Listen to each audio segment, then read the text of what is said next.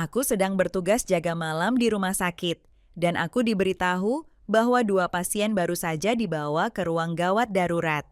Betapa terkejutnya diriku, ternyata mereka adalah suamiku dan menantuku. Aku segera menelepon putraku untuk menanyakan kabar istrinya, dan ia berkata, dia pergi merawat ibunya yang sakit. Aku tersenyum dingin dan mulai menyusun rencana. Ketika mereka sadar, aku akan berada di depan mereka. Namun, sebelum aku melanjutkan ceritaku, pastikan kamu sudah menekan tombol subscribe di kanal ini dan bagikan di kolom komentar dari mana kamu menonton kami. Kami ingin sekali tahu seberapa jauh kisah-kisah pembalasan kami menjangkau. Pukul 12 kurang 15 menit malam tertera di jam dinding ruang perawat. Tubuhku sudah sangat lelah. Setelah menjalani 2 giliran kerja berturut-turut, kakiku terasa protes dan kelopak mataku memberat. Aku hanya ingin menyelesaikan pekerjaan ini secepat mungkin, kembali ke rumah, merebahkan diri di tempat tidurku, dan tertidur. Malam itu, Jakarta Selatan benar-benar tenang. Yang terdengar hanyalah suara serangga di luar jendela dan desau kertas yang dibolak-balik oleh perawat muda sambil mencatat berkas rekam medis. Ketenangan itu tiba-tiba pecah. Dari kejauhan, suara yang familiar namun selalu membuat jantungku berdebar kencang kembali terdengar. Sirine ambulans. Bukan hanya satu, tetapi 2 ambulans yang hampir bersamaan memasuki halaman rumah sakit. Rem berderit dengan suara kering dan tajam, menandakan bahwa malam panjang baru saja dimulai. Ada kecelakaan serius, kata Dr. Budi, kepala UGD, yang dihormati dengan rambut memutih dari kantornya. Aku tidak perlu ia memberitahuku. Instingku sebagai kepala perawat membuatku segera berdiri, melupakan semua rasa lelah. Kami hampir berlari ke pintu utama, siap menghadapi yang terburuk. Pintu UGD terbuka paksa. Staf medis mendorong berangkar pertama ke dalam. Semua orang memasang wajah tegang. Salah satu dari mereka berteriak dengan suara tergesa-gesa. Pasien perempuan, usia sekitar 30 tahun, fraktur pada tulang paha kiri, banyak cedera jaringan lunak, kemungkinan trauma kepala. Tekanan darahnya turun cepat. Aku melirik cepat ke arah wanita itu. Rambutnya yang coklat indah sudah lengket karena darah, menutupi sebagian wajahnya. Pakaian yang dikenakannya robek, memperlihatkan memar dan goresan. Namun, yang membuatku mengernyit adalah bau lain, bukan bau darah. Bau alkohol yang kuat langsung menyeruak ke hidungku. Begitu berangkar pertama lewat, yang kedua masuk tepat di belakangnya.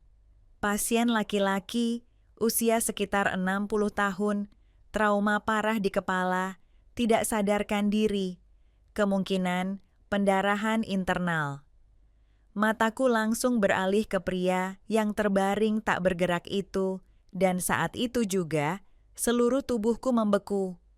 Aku merasa seolah-olah seseorang meremas jantungku dengan kuat. Kemeja kotak-kotak biru itu, garis-garis lurusnya, kerah yang disetrika rapi. Itu adalah kemeja yang aku sendiri setrika dengan hati-hati untuk suamiku, Joko, 3 hari sebelumnya. Aku merasa darah berhenti mengalir. Rasa dingin karena panik menjalari punggungku. Mataku kembali menatap putus asa pada wanita di berangkar pertama. Aku mencoba melihat menembus darah kering dan memar yang bengkak. Bibir itu, pangkal hidung itu. Ya Tuhan, itu adalah Ayu, menantuku.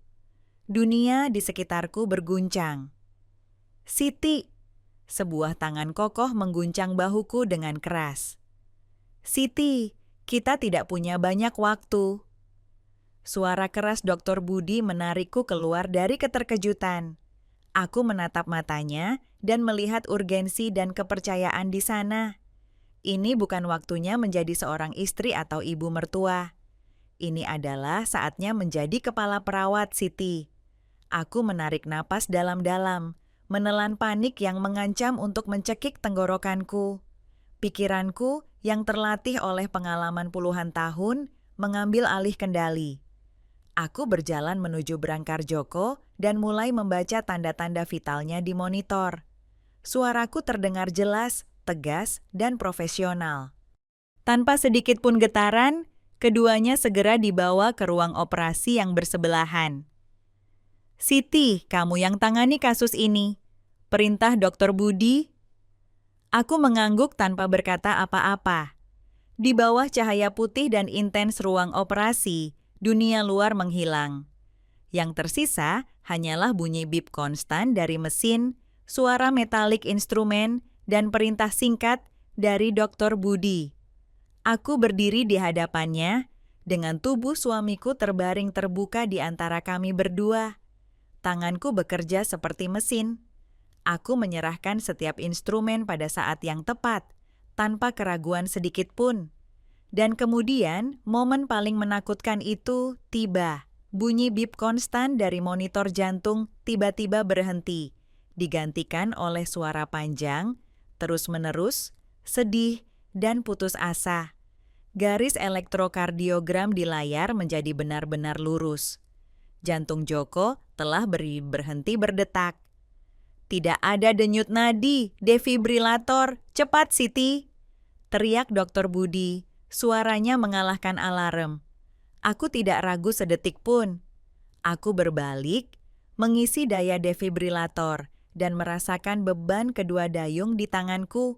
Aku menempatkannya di dada telanjang pria yang telah berbagi lebih dari 30 tahun hidupku denganku. "Tembak!" teriak Budi. Aku menekan tombol. Suara kering, bum bergema saat tubuhnya terangkat dari meja akibat sengatan listrik. Kami semua menahan napas, mata terpaku pada layar. Garis itu masih lurus. Aku mengisi ulang defibrilator lagi, sengatan lain, dan kemudian di tengah keheningan yang mencekik, bunyi bip yang lemah memecah keheningan. Lalu bunyi lain. Garis di layar mulai bergerak lagi, membentuk gelombang kecil. Jantung telah berdetak kembali. Operasi berlanjut. Hampir 5 jam berlalu, terasa sepanjang 1 abad. Ketika Dr. Budi memberikan jahitan terakhir dan melepaskan sarung tangannya, di luar sudah pagi. Dan operasi Ayu di ruang sebelah juga baru saja selesai. "Kita berhasil," katanya, menepuk bahuku dengan suara lelah namun lega. "Mereka sudah melewati masa kritis, Siti." Begitu aku mendengar kata-kata itu, dinding profesional yang selama ini aku pertahankan benar-benar runtuh. Aku mundur selangkah, bersandar di dinding ubin yang dingin, merasa kakiku lemas. Namun, di antara kengerian dan kelelahan, kedamaian yang luar biasa menyelimutiku. Syukur kepada Tuhan, mereka masih hidup. Suamiku dan menantuku, keduanya selamat. Ketika Joko dan Ayu dipindahkan ke unit perawatan intensif, aku mulai dengan pekerjaan biasa seorang perawat setelah keadaan darurat, mengumpulkan barang-barang pasien. Aku mulai dengan barang-barang Ayu. Seorang perawat muda membawanya di atas nampan logam. Tas mungilnya berwarna krem yang terbuat dari kulit suede tertutup lumpur dan noda darah kering. Aku memakai sarung tangan dan membukanya dengan hati-hati. Di dalamnya ada dompet dengan beberapa lembar rupiah, lipstik merah ruby yang patah menjadi 2, dan ponsel dengan layar hancur, retak seperti sarang laba-laba yang tak mungkin diperbaiki. Aku memasukkan semuanya ke dalam kantong tertutup dengan namanya. Kemudian aku beralih ke barang-barang Joko. Seorang rekan mendorong troli berisi pakaiannya. Jaket kulit usangnya yang selalu ia banggakan, dan celana panjang abu-abu. Aku mengambil jaket dan memeriksa kantong luarnya karena kebiasaan. Di sebelah kanan, seikat kunci rumah. Di sebelah kiri, dompet kulit tuanya yang usang di sudut-sudutnya. Hadiah yang kuberikan padanya saat ulang tahun pernikahan kami yang ke-20. Kemudian aku memasukkan tanganku ke kantong dalam, kompartemen kecil tempat ia biasa menyimpan barang-barang penting. Jari-jariku menyentuh sesuatu yang asing. Itu bukan pena yang selalu ia bawa. Aku merasakan selembar kertas kaku dan benda persegi panjang kecil. Rasa ingin tahu bercampur dengan firasat gelap. Aku mengeluarkan benda-benda itu perlahan dan meletakkannya di atas meja logam. Yang pertama adalah sebuah tanda terima. Cahaya putih ruang operasi menerangi teks yang tercetak. Hotel Pelukan Tersembunyi. Itu adalah motel kecil, bereputasi buruk, di pinggiran kota, tempat orang-orang sering pergi untuk alasan yang tidak pantas. Aku melihat ke bawah ke tanggal, itu kemarin. Dan mataku terhenti pada baris yang bertuliskan, waktu keluar, pukul 9 malam. Hanya 2 jam sebelum kecelakaan. Sambil gemetar, aku mengangkat benda kedua. Sekotak kondom. Pembungkus plastiknya robek. Aku membalik kotak itu. Tutupnya terbuka. Di dalamnya, sebuah lubang kosong. Aku merasa dunia berhenti, tetapi neraka belum berakhir. Benda terakhir jatuh dari saku, botol parfum kecil, salah satu yang diberikan sebagai sampel di toko.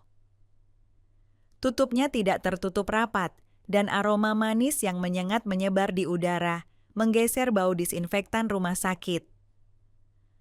Aku tidak perlu melihat labelnya untuk mengetahui parfum apa itu. Aku tahu bau itu. Aku telah menciumnya ratusan kali di rumahku sendiri. Itu adalah aroma Taman Mawar, parfum favorit Ayu. Parfum yang sama yang Arman, putraku, berikan padanya untuk ulang tahun pernikahan mereka. Tas tersegel berisi barang-barang Joko terlepas dari tanganku dan jatuh ke lantai ubin yang dingin. Sebuah bunyi keras bergema, diikuti oleh suara metalik benda-benda yang berguling. Tanda terima hotel, sekotak kondom bekas, botol parfum menantuku.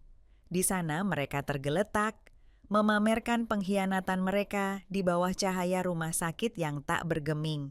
Aku membungkuk untuk mengambilnya satu persatu, dengan tangan gemetar begitu hebat sehingga aku hampir tidak bisa memegangnya.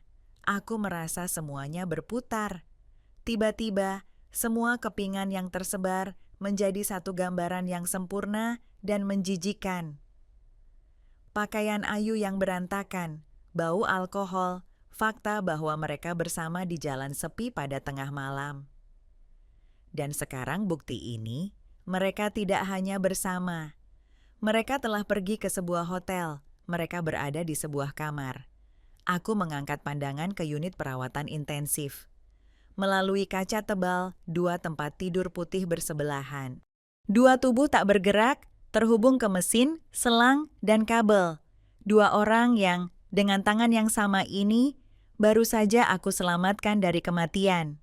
Aku merasakan mual naik ke tenggorokanku, pahit. Aku menegakkan diri, menyandarkan punggung ke dinding yang sedingin es. Tetapi rasa dingin yang kurasakan tidak berasal dari dinding itu, melainkan dari hatiku sendiri yang telah berubah menjadi batu. Getaran itu menghilang, digantikan oleh ketenangan yang menakutkan. Aku tidak menangis, aku tidak akan menangis, tidak sekarang. Aku tidak memasukkan barang-barang itu kembali ke dalam tas rumah sakit. Itu akan menjadi rahasiaku. Aku menyimpan tanda terima, kotak, dan parfum dengan hati-hati di kompartemen terpisah di tasku, menutup resleting dengan tegas. Kemudian aku keluar ke lorong, keheningan mutlak, lorong panjang, hampir tak berujung. Di ujung, telepon umum kuning tua. Aku berjalan ke sana, langkah demi langkah, dengan ketegasan dan tekad. Aku harus menelepon Arman, putraku yang malang. Ia belum tahu apa-apa. Aku memasukkan beberapa koin. Suara metalik itu bergema dalam keheningan, dan aku perlahan menekan nomor yang sudah kuhafal. Setiap nada dering berdentum seperti palu di dadaku.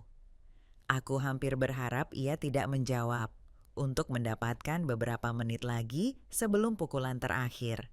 Namun, setelah nada dering keempat, suara mengantuk dan malas membawaku kembali ke kenyataan. Halo, Mama. Kenapa Mama menelepon sepagi ini? Suara putraku polos tanpa beban. Rasa sakit yang menusuk menembus hatiku. Aku akan menghancurkan dunianya. Aku memejamkan mata dan memaksa suaraku terdengar tenang, alami.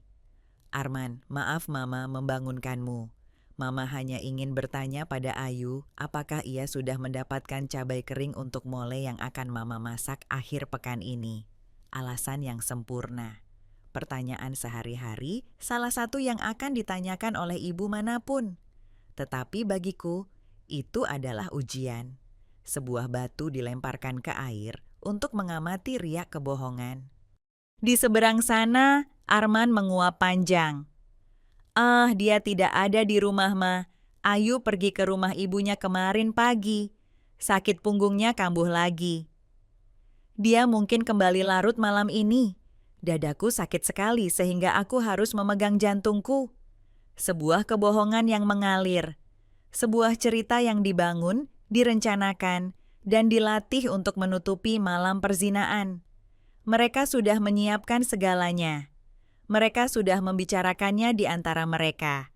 Dan mereka menggunakan putraku sendiri sebagai perisai. Kekejaman itu membuatku sesak napas. Aku mencoba menjaga suaraku tetap tegas, meskipun tenggorokanku mengering. Oh ya, dan ayahmu? Mama meneleponnya sepanjang malam dan ia tidak menjawab. Ayah pergi ke Surabaya kemarin pagi, Ma. Ia meninggalkan catatan di meja, mengatakan akan mengunjungi Dimas, temannya dari masa dinas tentara. Katanya jangan menunggunya untuk makan malam. Satu kebohongan lagi. Sebuah naskah yang sempurna. Tembok yang dibangun dengan penipuan untuk melindungi rasa bersalah mereka. Ada beberapa detik keheningan di saluran telepon. Aku bisa mendengar napas Arman yang tenang. Napas seseorang yang tidak mencurigai apapun. Seseorang yang hidup di dalam istana kebahagiaan yang dibangun di atas pasir. Aku menarik napas dalam-dalam. Ketika aku berbicara lagi, suaraku tidak lagi memiliki kehangatan. Kedengarannya datar, dingin, dan tepat, seperti perawat yang memberikan informasi kepada keluarga tentang kondisi pasien. Arman, segera datang ke rumah sakit umum, tempat Mama bekerja. Langsung ke UGD. Perubahan nada suaraku yang tiba-tiba membuat Arman langsung terbangun. Suaranya menjadi cemas. Mama baik-baik saja, apakah sesuatu terjadi pada Mama? Aku baik-baik saja, jawabku. Setiap kata terasa seperti potongan es. Ini ayahmu dan Ayu. Mereka mengalami kecelakaan lalu lintas. Apa? Teriak Arman di telepon, suaranya pecah karena kaget dan tidak percaya. Kecelakaan? Tapi bagaimana mereka bisa pergi bersama? Ayah ada di Surabaya dan Ayu ada di rumah neneknya kan? Pertanyaan polosnya adalah pukulan terakhir. Aku tidak bisa menahannya lagi. Datang saja Arman, Mama perlu bicara denganmu. Aku mengatakan itu dan menutup telepon tanpa memberinya kesempatan untuk mengatakan apapun lagi. Tanganku melepaskan gagang telepon, membiarkannya berayun dari kabel spiral seperti tubuh tergantung. Tepat 15 menit kemudian, Arman menerobos masuk ke lobi rumah sakit seperti badai. Rambutnya acak-acakan, matanya melotot karena khawatir. Ia masih mengenakan piyama katun di balik jaket yang terpasang tergesa-gesa. Melihatnya seperti itu, hatiku hancur. Aku tidak mengatakan apa-apa, hanya memberi isyarat agar ia mengikutiku. Aku membawanya ke ruang konsultasi kosong, salah satu tempat dokter biasa memberikan kabar buruk. Aku menutup pintu dengan keras. Suara itu bergema di ruang kecil dan sunyi itu. Aku menatap putraku, melihat campuran ketakutan dan kebingungan murni di matanya.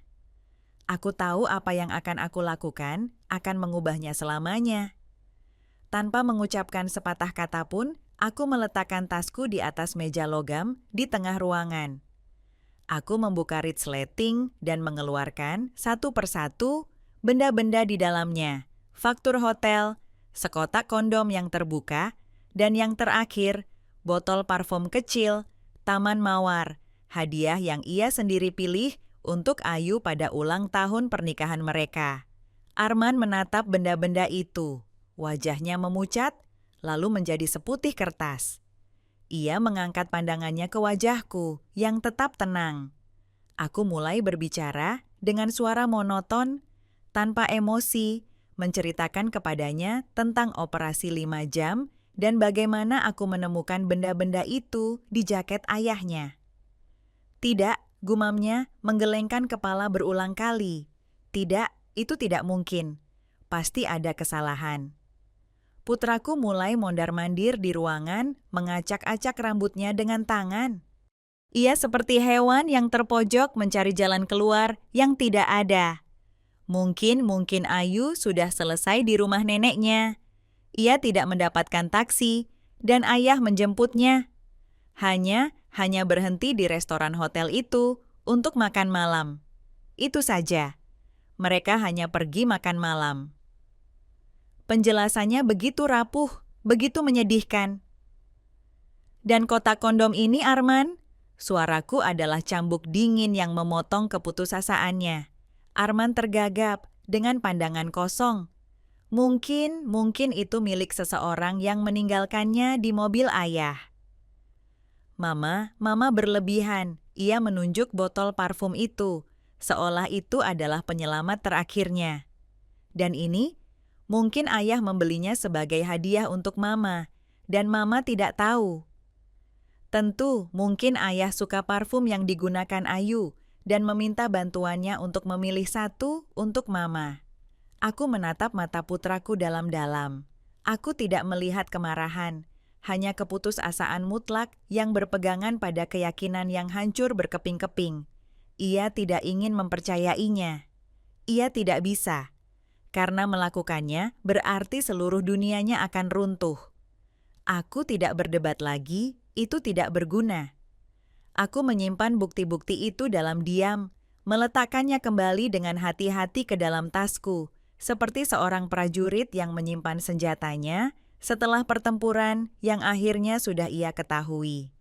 Aku mengerti, kataku dengan lembut. Kalimat itu seolah mencabut kekuatan terakhir Arman. Ia menjatuhkan diri ke kursi, menutupi kepalanya dengan tangan, dan tubuhnya mulai bergetar tak terkendali. Aku tahu bahwa pada saat itu, dalam perang ini, aku sendirian. Putraku yang hancur oleh rasa sakit, lebih memilih untuk percaya pada kebohongan yang sempurna daripada menghadapi kebenaran yang menakutkan.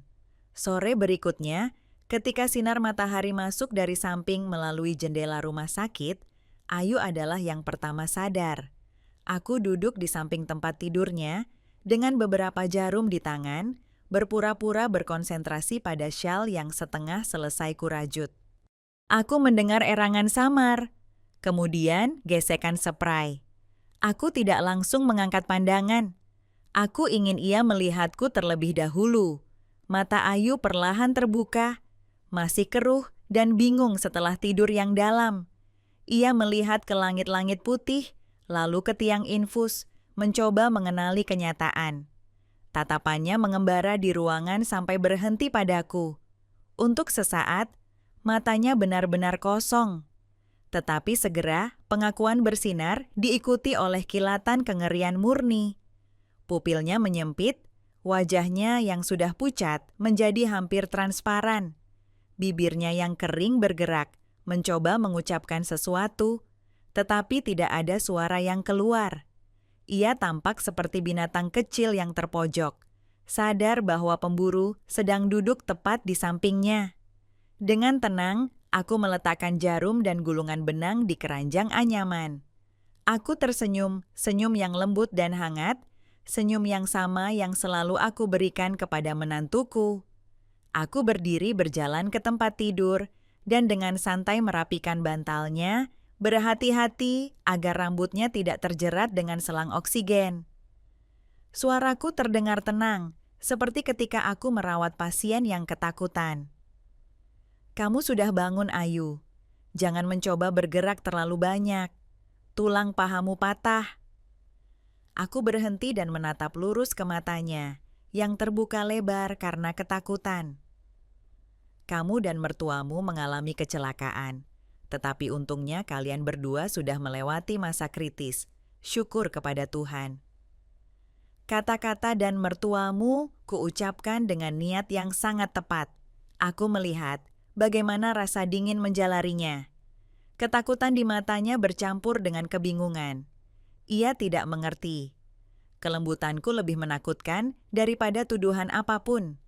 Beberapa jam kemudian, Joko juga terbangun. Reaksi pertamanya saat melihatku di sana mengupas apel dalam diam adalah keterkejutan yang terlihat.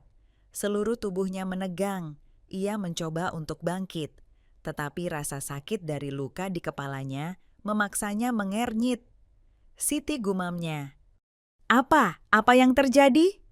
Aku meletakkan pisau dan potongan apel dan menyajikan segelas air. Aku dengan hati-hati menempatkan sedotan di dekat bibirnya. Kamu mengalami benturan keras di kepala. Dokter Budi bilang, kamu harus istirahat total. Aku menatapnya dengan ekspresi tenang, tanpa emosi selain seorang istri yang penuh perhatian.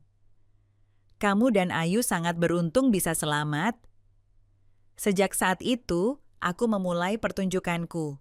Aku merawat mereka dengan dedikasi seorang malaikat. Mengukur tekanan darah Joko, memeriksa infus Ayu, membantu mereka minum seteguk air, makan sesendok sup.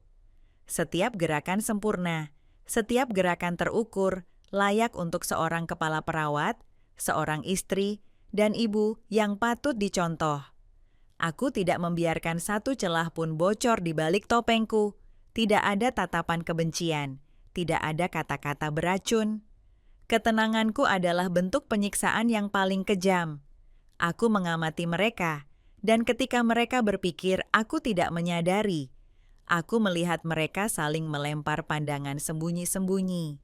Itu adalah tatapan cepat, penuh kekhawatiran dan kecurigaan.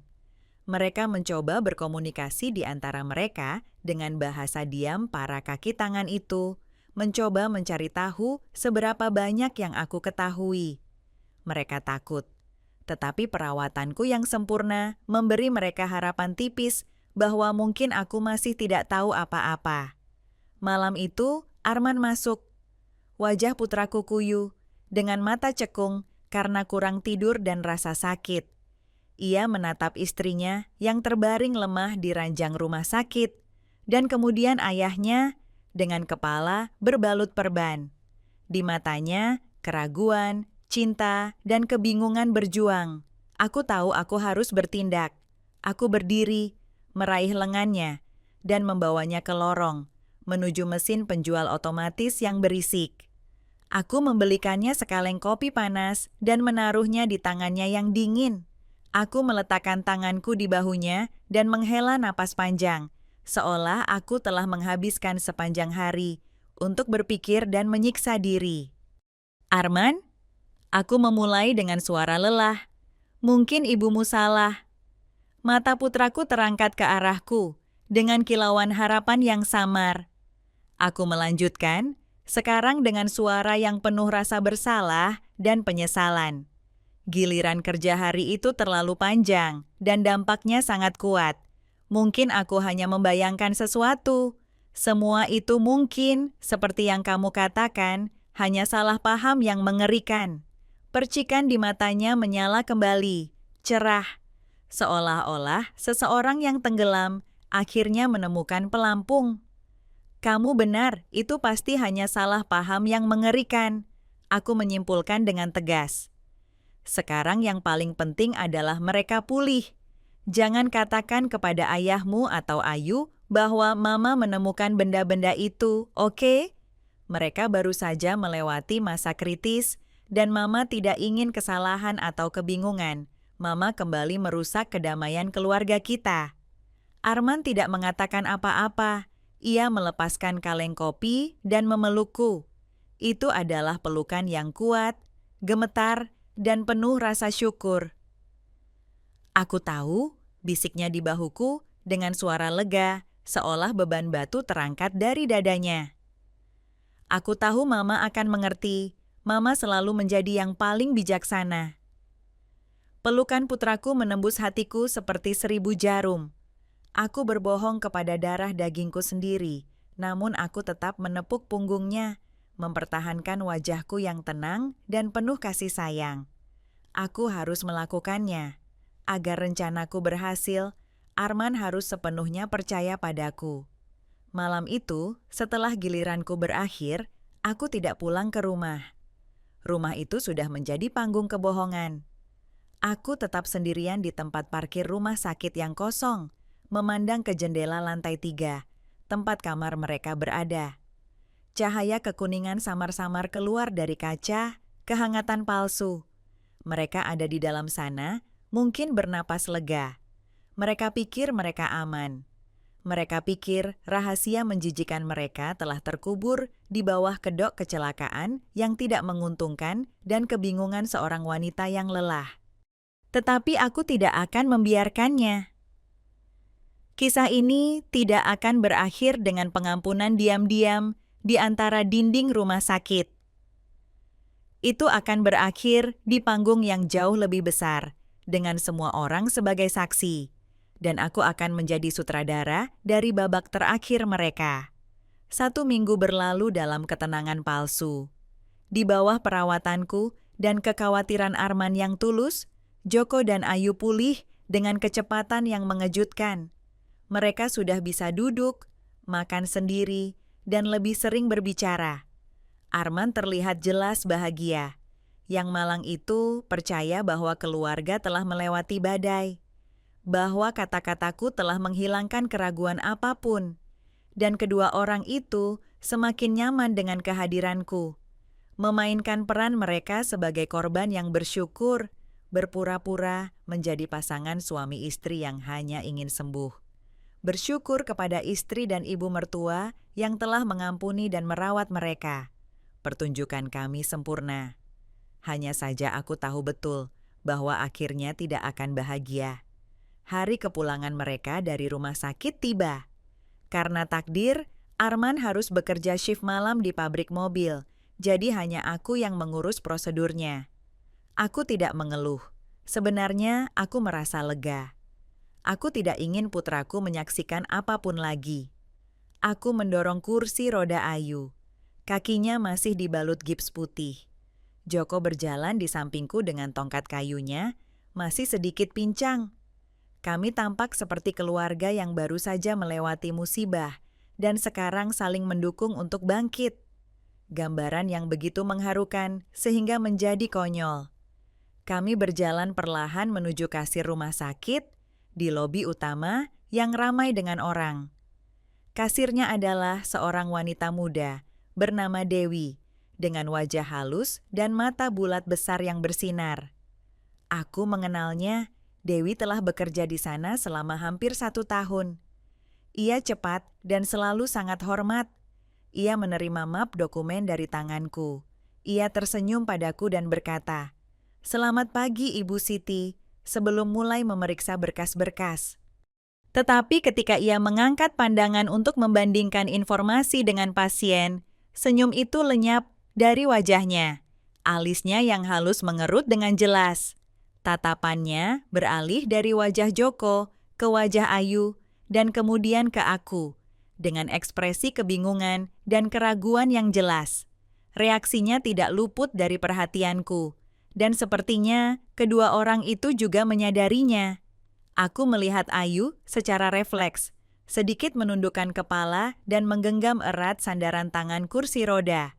Joko berdeham, tidak nyaman, dan mengalihkan pandangan, pura-pura melihat orang-orang yang masuk dan keluar dari pintu utama. Kecanggungan mereka adalah pengakuan tanpa kata. Dewi dengan cepat mendapatkan kembali sikap profesionalnya. Ia menundukkan kepala dan berkonsentrasi pada komputer. Suara tuts bergema di meja. Totalnya adalah, "Sudah lunas. Saya doakan semoga lekas sembuh." Suaranya terdengar agak mekanis.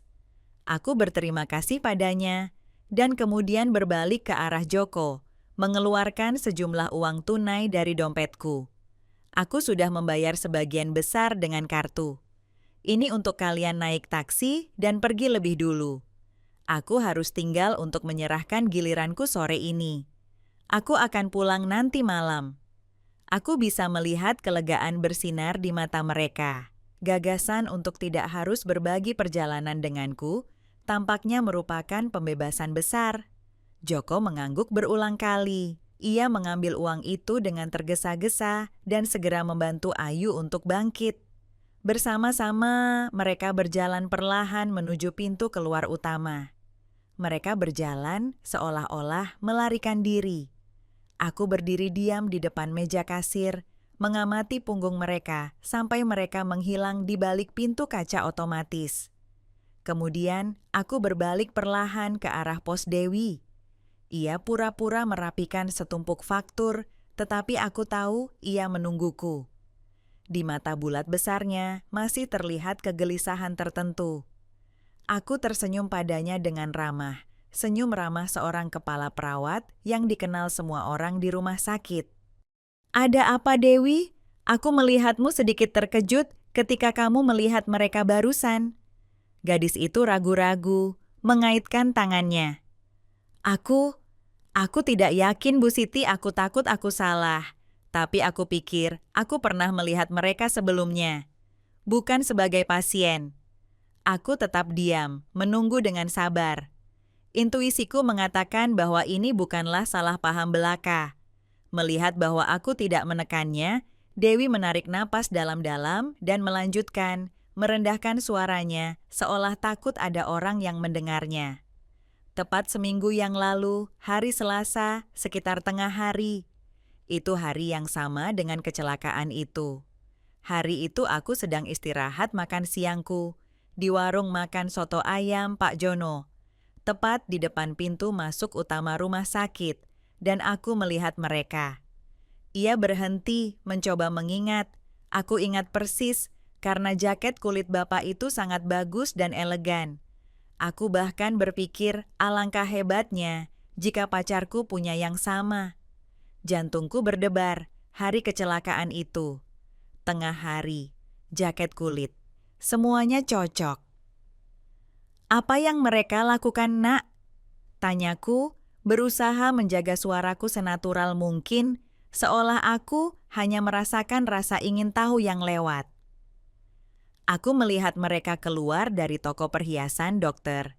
Toko permata abadi, tepat di sebelah warung makan itu, kata Dewi. Kenangan itu tampak diproyeksikan dengan jelas di benaknya. Gadis itu terlihat sangat bahagia, sangat senang.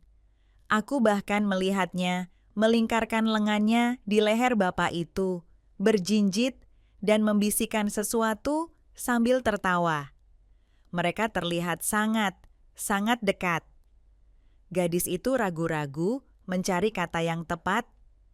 Saat itu aku berpikir mereka adalah pasangan muda yang membeli cincin tunangan atau hadiah ulang tahun pernikahan. Mereka benar-benar terlihat sedang jatuh cinta. Jadi ketika aku membaca di berkas medis bahwa hubungan mereka adalah mertua dan menantu, aku terkejut dan merasa sedikit tidak nyaman. Satu bagian kunci, bagian yang sama sekali tidak aku ketahui, masuk ke tempatnya dengan kesempurnaan yang kejam. Sebelum pergi ke hotel, sebelum menyerah pada kenikmatan terlarang, mereka telah pergi berbelanja untuk membeli perhiasan, hadiah pengkhianatan. Gelombang kemarahan dingin menjalar di punggungku, tetapi di wajahku, aku mempertahankan senyum. Oh, kamu pasti salah orang. Tidak jarang seorang mertua dan menantu keluar untuk membeli hadiah untuk putra mereka. Jawabku dengan tenang, menghilangkan ketidaknyamanan gadis itu. Terima kasih, Dewi. Kamu bisa melanjutkan pekerjaanmu. Aku berbalik dan pergi, meninggalkan Dewi dengan ekspresi yang masih penuh keraguan. Aku tidak kembali ke ruang perawat. Aku tidak pergi untuk menyerahkan giliranku. Alih-alih naik, aku berbalik dan mengambil jalan menuju tangga yang menuju ke basement. Di ruang lembab itu, yang diresapi dengan bau debu dan kertas tua adalah wilayah Departemen Keamanan. Dimas, kepala keamanan, duduk di depan deretan monitor hitam putih. Wajahnya yang tegas diterangi oleh cahaya redup itu. Ia adalah pria paruh baya, pendiam tetapi dapat diandalkan. Aku telah merawat ibunya tahun sebelumnya, ketika ia melewati penyakit serius yang hampir merenggut nyawanya.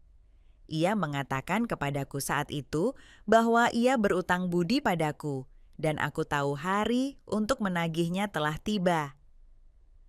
Mendengar langkahku, ia mengangkat pandangannya. "Selamat sore, Dokter Siti," sapanya dengan anggukan ringan. Suaranya berat dan serak. "Dimas," kataku dan langsung ke intinya. "Aku butuh kamu membantu sesuatu. Aku sudah menyiapkan kebohongan.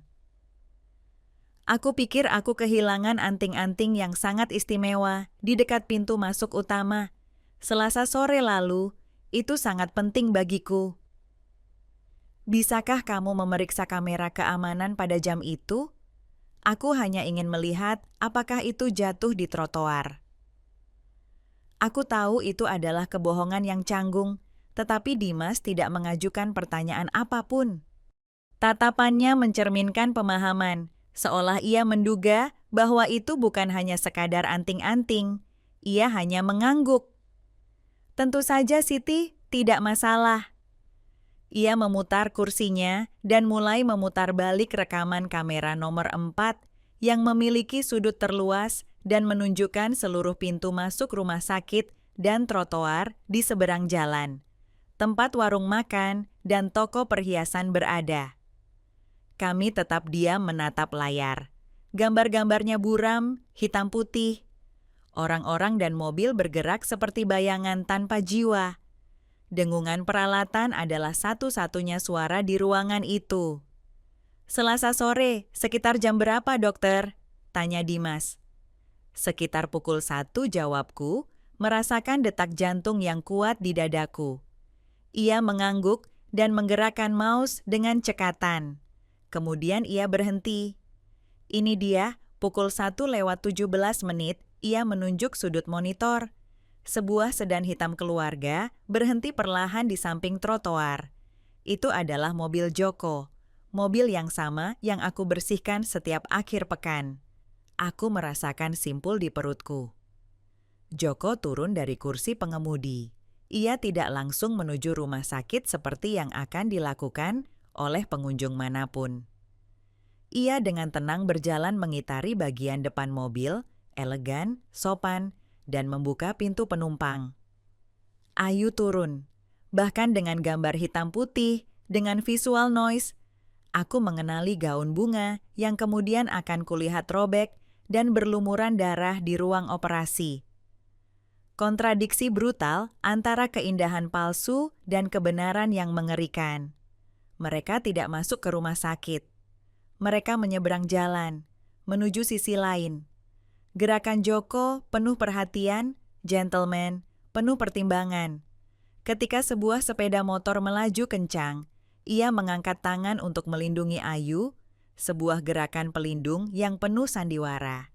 Mereka tidak tampak seperti mertua dan menantu, mereka tampak seperti pasangan yang sedang jatuh cinta. Dan mereka langsung masuk ke toko perhiasan permata abadi, seperti yang Dewi katakan.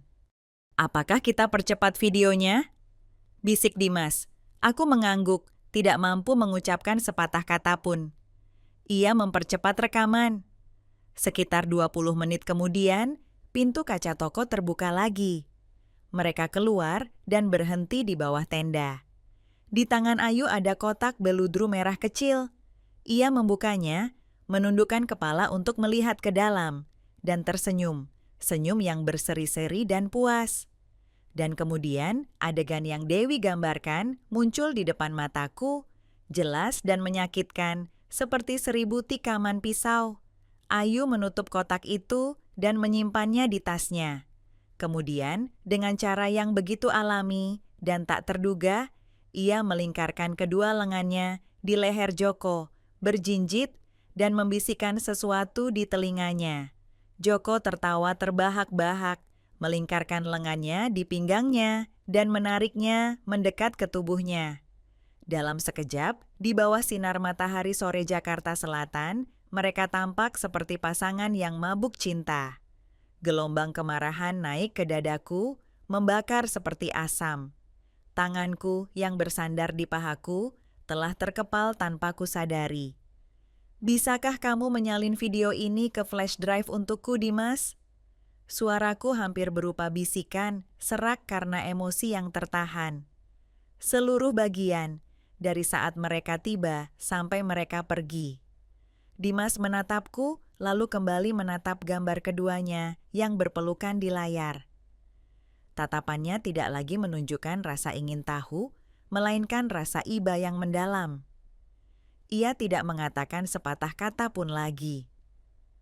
Baik Siti, tunggu aku sebentar. Aku memegang flash drive kecil itu di tanganku, merasakannya seperti senjata dingin dan tajam. Itu bukan hanya video. Itu adalah bukti yang tak terbantahkan. Itu adalah peluruku. Dalam perjalanan pulang, aku melewati jalan di depan rumah sakit. Aku melihat papan nama Permata Abadi. Desakan yang tak tertahankan membuatku menghentikan mobil dan masuk. Lonceng pintu berbunyi. Seorang penjual muda menyambutku dengan senyum. Aku berpura-pura melihat beberapa kalung di etalase dan, dengan nada sesantai mungkin, bertanya. Pekan lalu, Selasa sore, seorang bapak tua ditemani seorang gadis muda datang untuk membeli hadiah yang sangat istimewa. Aku hanya ingin tahu, karena mereka terlihat sangat mesra. Penjual itu tertawa kecil, terhibur. Ah, apakah Anda berbicara tentang Bapak Joko? Tentu saja aku ingat. Ia memesan gelang emas putih dengan desain yang sangat halus. Itu diukir dengan tulisan Matahariku. Ia berhenti, dengan mata melamun. Ia mengatakan itu adalah hadiah ulang tahun awal untuk seseorang yang sangat penting baginya. Sangat romantis. Tenggorokanku tercekat. Aku memaksa diriku untuk mempertahankan senyum. Benarkah, Matahariku? Aku berterima kasih padanya dan segera keluar dari toko. Udara di luar terasa tidak cukup untuk bernapas. Aku duduk di mobil dengan tangan mencengkeram kemudi. Matahariku, matahari dalam hidupku. Begitulah putraku Arman memanggil istrinya sejak mereka mulai berkencan. Pengkhianatan ini lebih kejam dari yang pernah aku bayangkan.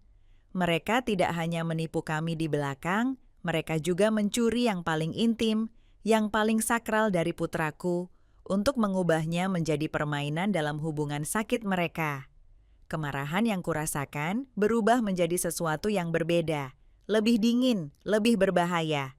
Itu adalah amarah murni. Malam itu, selama makan malam keluarga pertama sejak mereka keluar dari rumah sakit, suasana di dapur terasa canggung. Arman melakukan segalanya untuk memperbaiki keadaan. Ia tidak berhenti berbicara dan tersenyum, menyajikan makanan berulang kali di piring istri dan ayahnya, mencoba menciptakan penampilan kebahagiaan yang sangat ia dambakan. Sementara Joko dan Ayu hanya menundukkan kepala dan makan. Sesekali mereka saling melempar pandangan sembunyi-sembunyi dan kemudian mengamatiku dengan hati-hati. Mereka hidup dalam campuran kelegaan sementara dan ketakutan laten. Aku meletakkan sumpit dengan perlahan. Suara samar yang mereka buat saat menyentuh piring memecah keheningan. Semua mata tertuju padaku. Aku tersenyum dengan kehangatan seorang ibu, seorang istri. Ulang tahun Ayu yang ke-30 sudah dekat kan? Sebuah tonggak penting dalam kehidupan seseorang, kataku dengan nada ceria. Bagaimana jika kita mengadakan pesta besar untuknya? Aku pikir kita harus mengundang tetangga dan teman-teman terdekatnya, membuat kejutan yang spektakuler. Wajah Arman langsung bersinar. Kelelahan dan bayangan di ekspresinya menghilang, digantikan oleh kegembiraan yang tulus. Ide bagus, Ma. Ayu pasti akan menyukainya. Akhir-akhir ini, ia mengeluh semuanya sangat membosankan. Ayu pura-pura malu dengan rona merah palsu di pipinya. Tidak perlu, Ma, itu akan merepotkan semua orang. Tetapi aku melihat dengan jelas kegembiraan yang tak bisa disembunyikan di matanya. Pesta besar, di mana ia akan menjadi pusat perhatian. Sang ratu. Itulah yang selalu ia dambakan. Joko juga mengangguk, mengatakan itu adalah ide yang sangat baik untuk merayakan bahwa mereka telah melewati musibah. Beberapa hari kemudian, ketika rumah tampaknya kembali normal, aku memulai fase kedua rencanaku. Selama makan malam, sementara semua orang berbicara dengan riang tentang daftar tamu, aku tiba-tiba menghela napas yang penuh penyesalan dan rasa bersalah. Ya Tuhan, aku baru ingat sesuatu yang penting. Semua orang menatapku. Suasana menjadi tegang. Ibu Rina, sahabatku sejak muda, yang tinggal di Yogyakarta, akan datang ke Jakarta selama seminggu. Ia hanya akan tinggal 2 hari. Dan sayangnya, salah satu hari itu jatuh tepat pada ulang tahun Ayu. Kataku dengan nada tidak nyaman. Kemudian aku menambahkan dengan suara yang lebih menyesal. Sudah lebih dari 10 tahun aku tidak melihatnya. Jika aku tidak pergi kali ini, mungkin kita tidak akan punya kesempatan lain. Arman, bisakah kamu mengantarku dengan mobil? Hanya untuk sehari. Kita akan berangkat pagi-pagi, bertemu dengannya sebentar, dan kembali larut malam. Di wajah Arman terlihat jelas kekecewaan. Tapi itu berarti aku akan melewatkan ulang tahun Ayu. Aku ingin tinggal untuk memberinya kejutan. Saat itu, aku meraih tangan Ayu, menatapnya dengan lembut. Maafkan Mama, Nak. Bagaimana jika kita mengadakan pesta kejutan sehari setelahnya, hari Minggu? Dengan begitu, lebih banyak orang bisa datang. Dan di hari ulang tahunmu, kamu dan ayah bisa tinggal dengan tenang di rumah untuk beristirahat. Aku tidak ingin kalian kelelahan. Ayu tanpa curiga segera mengibas-ngibaskan tangan, memainkan peran menantu yang penuh kasih dan pengertian dengan sempurna. Tidak apa-apa, Ma. Pergi saja dengan tenang. Teman itu penting. Kita bisa merayakannya nanti. Dengan berada di rumah bersama ayah, aku sudah senang. Aku melirik cepat ke arah Joko. Ia masih menunduk di atas piring, menyeruput sup. Tetapi aku melihat bagaimana senyum yang hampir tak terlihat, terukir di sudut bibirnya. Mangsa telah menelan tidak hanya umpan, tetapi juga talinya. Mereka pikir keberuntungan tersenyum pada mereka, bahwa aku, tanpa sengaja, telah memberi mereka kesempatan emas untuk menghabiskan 1 hari penuh bersama, tanpa gangguan. Malam itu, sesuatu memberitahuku bahwa aku tidak boleh tidur. Sekitar tengah malam, ketika seluruh rumah sunyi, aku mendengar pintu kamar Joko dibuka perlahan. Aku menahan napas, aku mendengar langkah-langkah hati-hati, hampir tak terdengar, menuju ke halaman belakang, di mana ada meja dan kursi di bawah bunga bougainville. Aku menyelinap hati-hati ke ruang tamu, dan tanpa membuat suara, menyingkirkan sedikit tirai untuk melihat keluar. Sesaat kemudian, seperti yang aku bayangkan, pintu kamar Arman dan Ayu terbuka. Ayu dengan gaun tidur sutra yang sangat tipis, diam-diam keluar ke halaman. Dalam cahaya rembulan yang redup, aku tidak bisa mendengar apa yang mereka katakan. Aku hanya melihat bayangan kepala mereka berdekatan, dan sesekali tawa tertahan. Mereka sedang merencanakan hari istimewa mereka.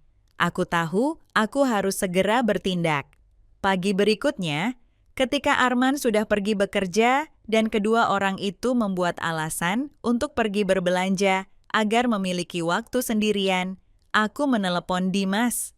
Ia adalah putra dari seorang pasien yang hidupnya pernah aku selamatkan bertahun-tahun yang lalu dan sekarang ia bergerak di bidang pemasangan sistem keamanan. Ia berutang budi padaku. Aku memintanya untuk memasang mikrofon kecil yang hampir tidak mungkin dideteksi. Satu dipasang di bawah meja tengah di ruang tamu. Yang lain disembunyikan di balik pot tanaman yang rimbun, dengan tanaman pothos di halaman belakang. Dan yang paling canggih dari semuanya, ia menyamarkannya dengan sempurna di dalam jam alarm digital yang ada di meja nakas, milik Arman dan istrinya. Aku berbohong kepada Dimas, mengatakan kepadanya bahwa keamanan lingkungan akhir-akhir ini buruk, dan aku ingin mencegah perampokan saat aku pergi. Ia tidak bertanya lebih jauh. Malam itu, aku tidak bisa tidur.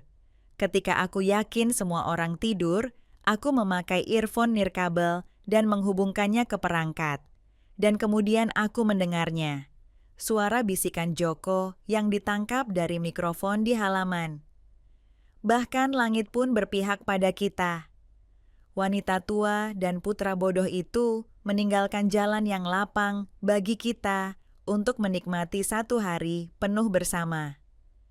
Ayu tertawa melengking dengan nada genit yang tak tahu malu. Dan hadiahku gelang matahariku itu tidak cukup untuk membuatku bahagia.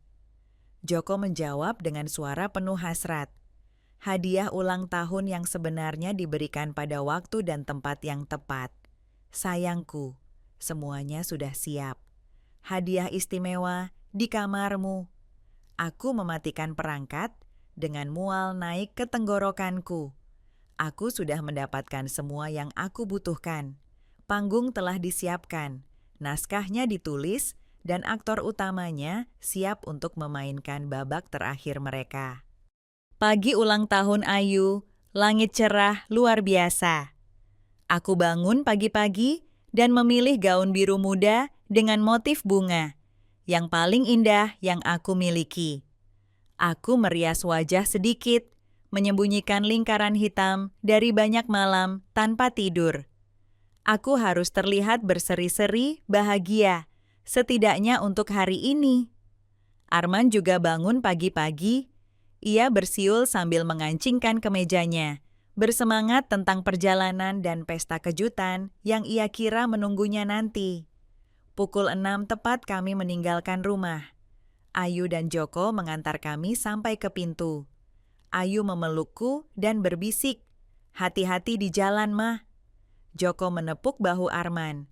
"Mengemudilah dengan hati-hati, Nak."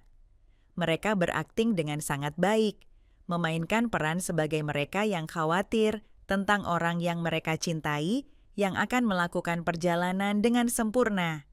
Tetapi ketika mereka berpikir kami sudah pergi, aku melihat mereka melalui kaca spion dan melihat bagaimana mereka saling bertukar pandang. Tatapan penuh hasrat, keterlibatan, dan janji. Mereka tidak tahu bahwa cermin kecil itu mencerminkan awal dari adegan terakhir mereka. "Ayo kita ke Yogyakarta, Mah," kata Arman dengan antusias. Aku tersenyum padanya dan meletakkan tanganku di tangannya. "Tidak, Arman, kita tidak akan kemana-mana." Keterkejutan terlihat di wajahnya. Aku tidak memberinya banyak penjelasan, hanya mengatakan kepadanya, "Mengemudilah sesuai yang Mama katakan." Tujuan pertama kami adalah toko roti paling terkenal di kota, Tiga Susu. Aku masuk dan mengambil kue ulang tahun 2 tingkat yang telah aku pesan seminggu sebelumnya, dihiasi dengan mawar krim mentega dan stroberi segar. Arman masih bingung, tetapi ia tidak bertanya apapun lagi. Setelah itu kami tidak meninggalkan kota. Kami berkendara melalui lingkungan dan berhenti di depan rumah Ibu Dewi, tetangga yang ramah yang tinggal tepat di seberang rumah kami, pada pukul 9 pagi. Halamannya sudah terlihat seperti pesta kecil. Ada sekitar 20 orang, termasuk tetangga dekat dan beberapa teman akrab Ayu yang telah aku hubungi secara rahasia dengan mengarang cerita tentang kejutan besar yang Arman ingin berikan kepada istrinya. Semua orang ada di sana dengan hadiah dan senyum. Aku menjelaskan secara singkat bahwa itu adalah lelucon kejutan, bahwa Arman dan aku akan berpura-pura pergi sehingga Ayu akan lengah. Semua orang bertepuk tangan dan bersemangat dengan ide itu. Hanya Arman yang tampak sedikit bingung, tetapi melihat kegembiraan orang lain, ia akhirnya tertular. Sementara semua orang berbicara dengan riang, aku menyelinap ke sudut halaman, tersembunyi di balik tanaman merambat. Aku mengeluarkan earphone nirkabel kecil dan memasangnya dengan hati-hati. Tanganku sedikit gemetar ketika aku menyalakan perangkat yang terhubung ke perekam yang tersembunyi di jam alarm kamar tidur mereka. Pada awalnya hanya terdengar suara samar, musik romantis, lembut, dentingan gelas, tawa, bisikan ayu, suaranya yang merdu. Kemudian suara itu berubah. Itu menjadi lebih jelas, lebih berat, napas terengah-engah, erangan yang mustahil disembunyikan. Dan kemudian suara berat Joko memanggil Ayu dengan nama yang seharusnya tidak pernah ia sebutkan. Matahariku, kamu adalah matahariku. Darahku mendidih. Amarah yang membara naik ke tenggorokanku. Aku memejamkan mata. Aku menarik napas dalam-dalam dan memaksa diriku untuk tetap tenang. Inilah saat yang aku tunggu-tunggu. Ini adalah sinyalnya. Aku melepas earphone dan keluar dari sudut dengan senyum berseri-seri. Aku memberi isyarat kepada kelompok itu. Sudah waktunya, semua siap? Arman memegang kue ulang tahun dengan hati-hati. Yang lain membawa konfeti dan hadiah kecil. Kami bergerak diam-diam seperti pasukan kecil menyeberang jalan menuju rumah kami. Tempat kebenaran yang menjijikan sedang terjadi. Arman menggunakan kuncinya sendiri, membuka pintu dengan lembut, berusaha untuk tidak membuat suara. Semua orang menahan napas dan kami masuk ke ruang tamu. Kemudian, atas sinyalku, semua orang berteriak serempak, seruan yang memecah udara, yang penuh rasa bersalah. Kejutan, Ayu. Keheningan turun tiba-tiba, berat, mematikan. Yang mereka lihat bukanlah Ayu yang bahagia dan bersemangat dalam gaun yang indah. Di sofa besar di ruang tamu, tempat mereka tampaknya memutuskan untuk mengubah suasana. Terungkap adegan telanjang dan menjijikan, Joko dan Ayu, tanpa sehelai pakaian pun, terjerat dalam posisi yang tidak senonoh. Prang! Kue itu jatuh dari tangan Arman yang gemetar dan hancur di lantai, dengan krim dan stroberi menyebar seperti tetesan darah. "Ah!" teriak salah satu teman Ayu. Itu diikuti oleh bisikan ngeri yang segera berubah menjadi komentar jijik dari para tetangga. Beberapa secara refleks mengangkat ponsel mereka. Kilatan lampu berkedip, menangkap momen penghinaan itu. Ayu seolah terbangun dari kesurupan, meraih spray terdekat untuk menutupi dirinya. Dengan wajah pucat karena terkejut dan ketakutan, ia berteriak dengan suara melengking dan gila. "Siapa yang mengizinkan kalian masuk? Matikan itu, pergi kalian semua." Joko, di tengah kepanikan, melakukan hal yang paling pengecut. Ia mendorong Ayu dengan keras, meninggalkannya benar-benar telanjang di depan semua tatapan itu, dan tergagap sambil menunjuknya. "Tidak, ini bukan salahku, dia. Dia yang merayuku. Aku dipaksa." Mendengar tuduhan itu, Ayu menjadi gila. Rasa malu berubah menjadi kemarahan. Ia berteriak, mulai menghina, dan menyebutkan semua kesalahan Joko tanpa meninggalkan satu pun. "Lelaki tua menjijikan, kau bilang kau mencintaiku, kau bilang kau akan memberiku segalanya. Di mana gelangnya matahariku? Di mana janji-janjimu?" Mereka saling menuduh, saling menghina, dan merobek topeng mereka di depan semua orang di rumah ini. Di tengah kekacauan, Arman jatuh berlutut di lantai, di antara pecahan kue yang hancur. Ia memegang kepalanya dengan tangan, gemetar seolah demam. Seluruh dunianya, keluarganya, cintanya, telah runtuh di depan matanya, dengan cara yang paling kejam dan publik. Aku berjalan perlahan ke arahnya. Aku tidak melihat kedua orang itu. Aku duduk di sampingnya, di antara puing-puing.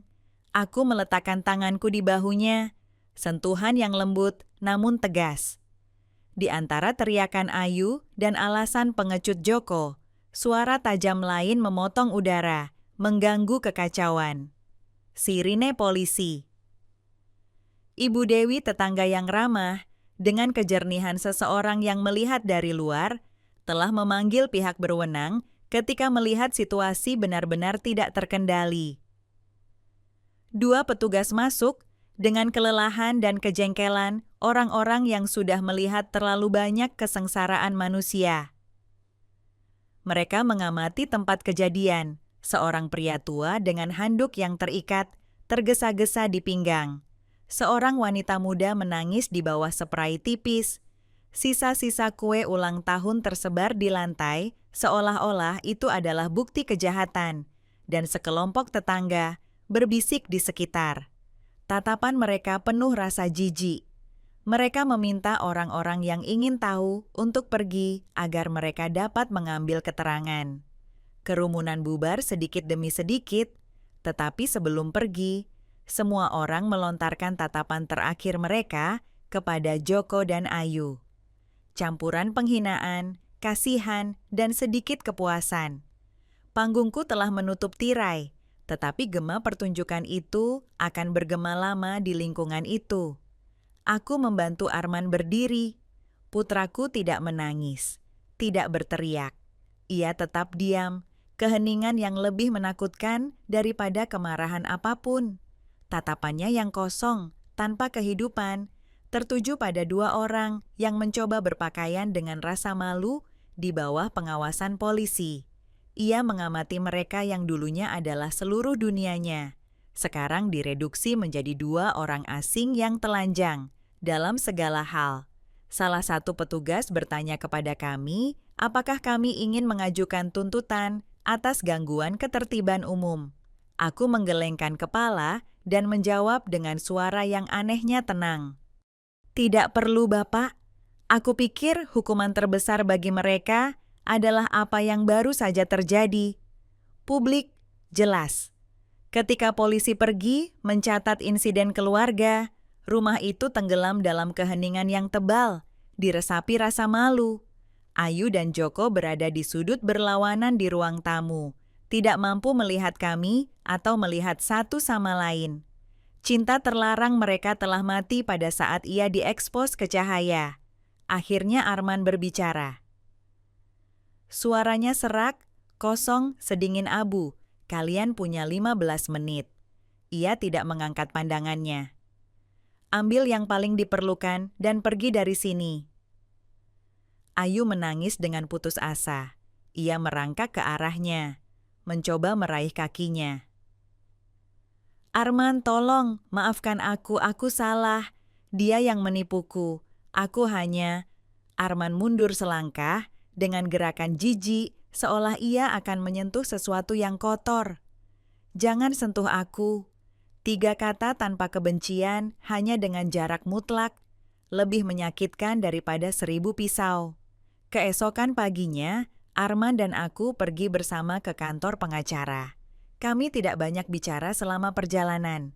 Putraku mengemudi dengan pandangan kosong. Aku, dalam diam, mengamati melalui jendela.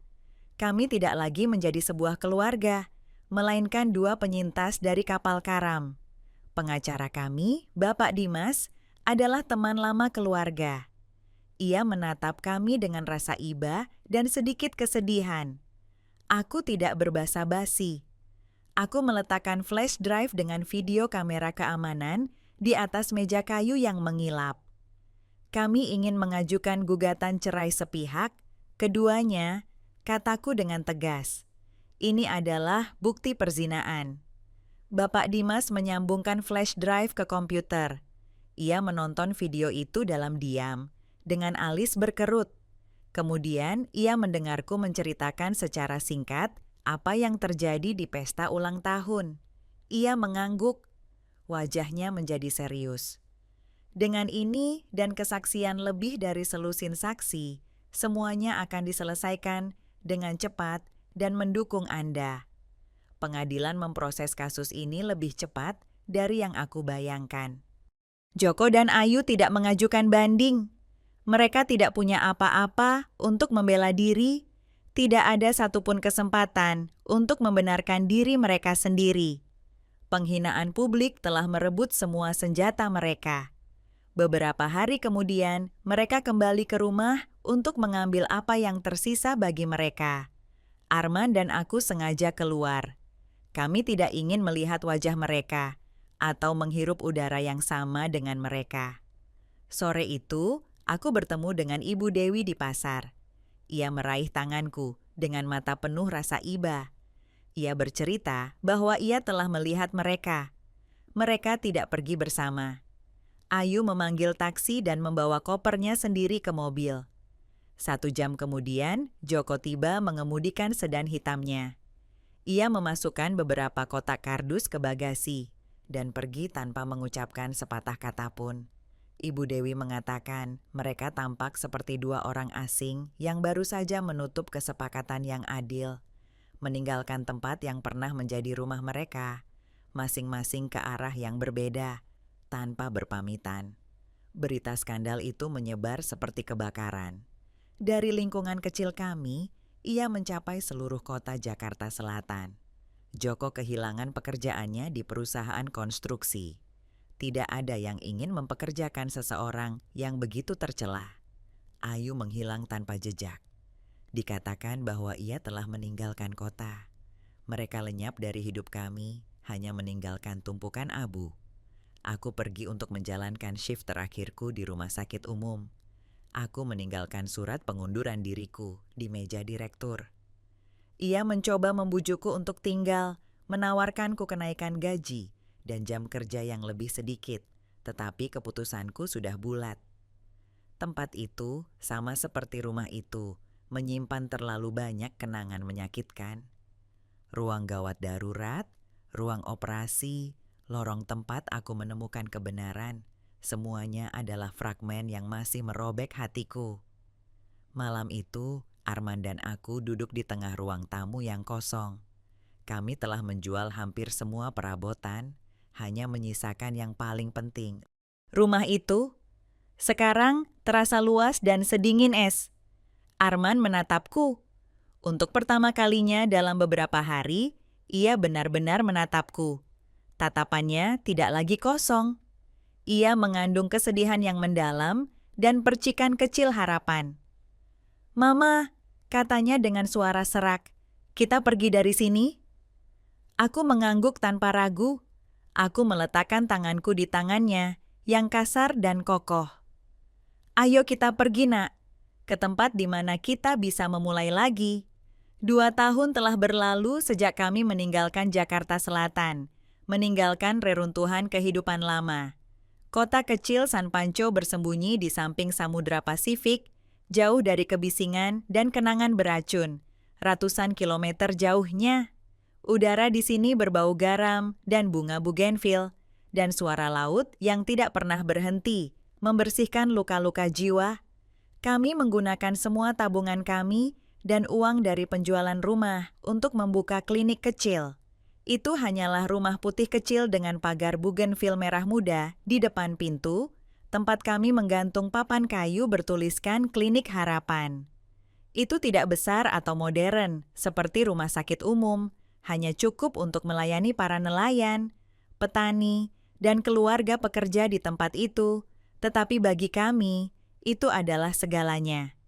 Aku mengurus bagian medis, memeriksa pasien dan meresepkan obat. Semua pengalaman bertahun-tahun sebagai kepala perawat telah memberiku dasar yang kuat. Arman mengurus segalanya, pendaftaran, obat-obatan, dan yang terpenting, merawat taman hijau kecil di belakang klinik. Putraku telah berubah. Ia lebih kurus, kulitnya coklat karena angin laut. Tetapi kekosongan di matanya yang dulu telah menghilang, digantikan oleh kedamaian yang mendalam.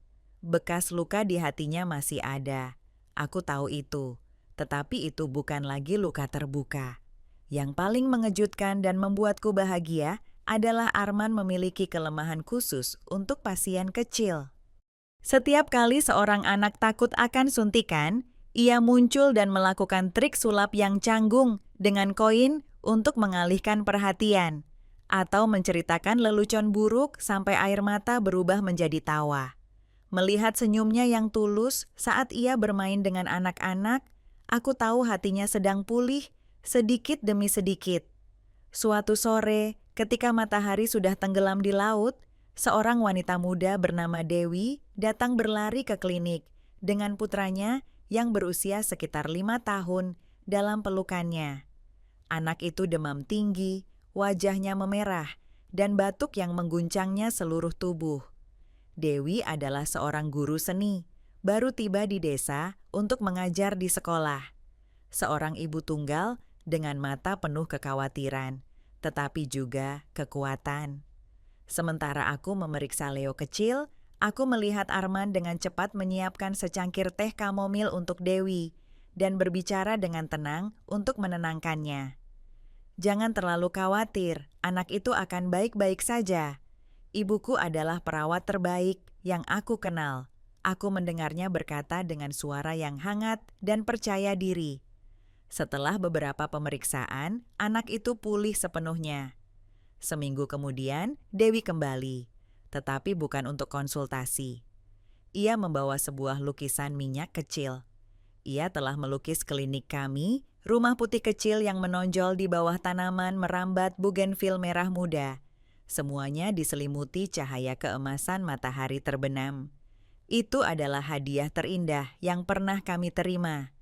Aku mulai memperhatikan bahwa Arman dan Dewi semakin sering berbicara. Aku melihat mereka duduk di bangku taman, berbicara tentang buku-buku yang mereka sukai, atau tentang cara merawat tanaman yang sulit. Aku melihat Arman tertawa, tawa yang tulus, tanpa paksaan, tawa yang aku pikir tidak akan pernah aku lihat lagi sejak hari yang menentukan itu. Dan suatu pagi minggu, aku terbangun dan menemukan pot kecil lavender di atas meja dapur, mewangikan udara dengan aromanya yang lembut. Di sampingnya, selembar kertas yang ditulis tergesa-gesa. Dewi, Leo, dan aku pergi ke pantai. Aku membeli roti manis kesukaan Mama di toko roti desa. Arman. Aku tersenyum, senyum yang benar-benar tenang. Aku menyeduh secangkir kopi, membawanya ke teras belakang, dan duduk memandangi taman yang dirawat Arman dengan begitu cermat. Putraku telah menanam beberapa baris lavender, sama seperti yang ada di meja, dan aromanya melayang di udara pagi yang segar. Dari kejauhan, suara berat dan panjang dari kapal nelayan bergema dari laut. Itu tidak lagi mengingatkanku pada raungan ambulans yang merobek malam di Jakarta Selatan. Itu bukan lagi suara kematian atau pengkhianatan. Sekarang, itu hanya suara kehidupan dari hari baru yang dimulai.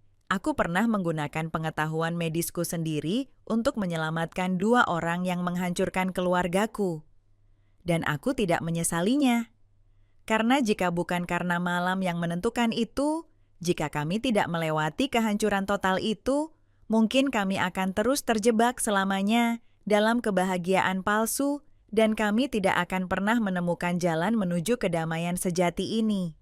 Kadang-kadang, untuk membangun sesuatu yang baru, kita harus menerima untuk membakar habis masa lalu. Dan ketika aku mengangkat pandangan dan melihat Arman, Dewi dan Leo kecil di ujung jalan, berjalan bergandengan tangan ke arah kami, dengan tawa jernih mereka bergema di bawah sinar matahari pagi, aku tahu bahwa harapan, sama seperti bunga-bunga lavender itu, selalu dapat mekar bahkan di tanah yang paling tandus. Masa depan kami baru saja dimulai. Dari semua yang telah aku alami, aku memahami sesuatu yang ingin aku bagikan dengan siapapun yang mendengarkan cerita ini. Kadang-kadang dalam hidup, kita harus menghadapi kebenaran yang begitu menyakitkan, sehingga tampaknya mampu menghancurkan kita. Tetapi cara kita bangkit setelah rasa sakit itu yang menentukan siapa kita di sisa hidup kita. Pengkhianatan bukanlah akhir. Ia hanyalah ujian kejam agar kamu menemukan nilai dari harga diri, kedamaian, dan orang-orang yang benar-benar pantas tinggal di sisimu. Tidak ada yang pantas kamu korbankan seluruh hidupmu hanya untuk mempertahankan rumah yang sudah busuk. Kebahagiaan terkadang tidak terletak pada berpegangan, tetapi pada keberanian untuk melepaskan, untuk memiliki keberanian keluar dari kegelapan, untuk mendapatkan kembali cahaya, untuk dirimu sendiri, dan untuk orang-orang yang kamu cintai. Kisah yang baru saja kamu dengar telah diubah nama dan tempatnya untuk melindungi identitas orang-orang yang terlibat. Kami menceritakannya bukan untuk menghakimi, tetapi dengan harapan bahwa seseorang mendengarkan dan berhenti untuk merenung. Berapa banyak ibu yang menderita dalam diam di dalam rumah mereka sendiri? Aku benar-benar bertanya-tanya. Jika kamu berada di posisiku, apa yang akan kamu lakukan? Apakah kamu akan memilih keheningan untuk menjaga kedamaian? Atau apakah kamu akan berani menghadapi segalanya untuk mendapatkan kembali suaramu? Aku ingin tahu pendapatmu, karena setiap cerita dapat menjadi lilin yang menerangi jalan orang lain. Tuhan selalu memberkati, dan aku yakin bahwa keberanian akan membawa kita ke hari-hari yang lebih baik. Untuk saat ini, di layar akhir, aku akan meninggalkan 2 kisah yang paling disukai dari kanal ini. Aku yakin itu akan mengejutkanmu. Terima kasih telah menemaniku sampai saat ini.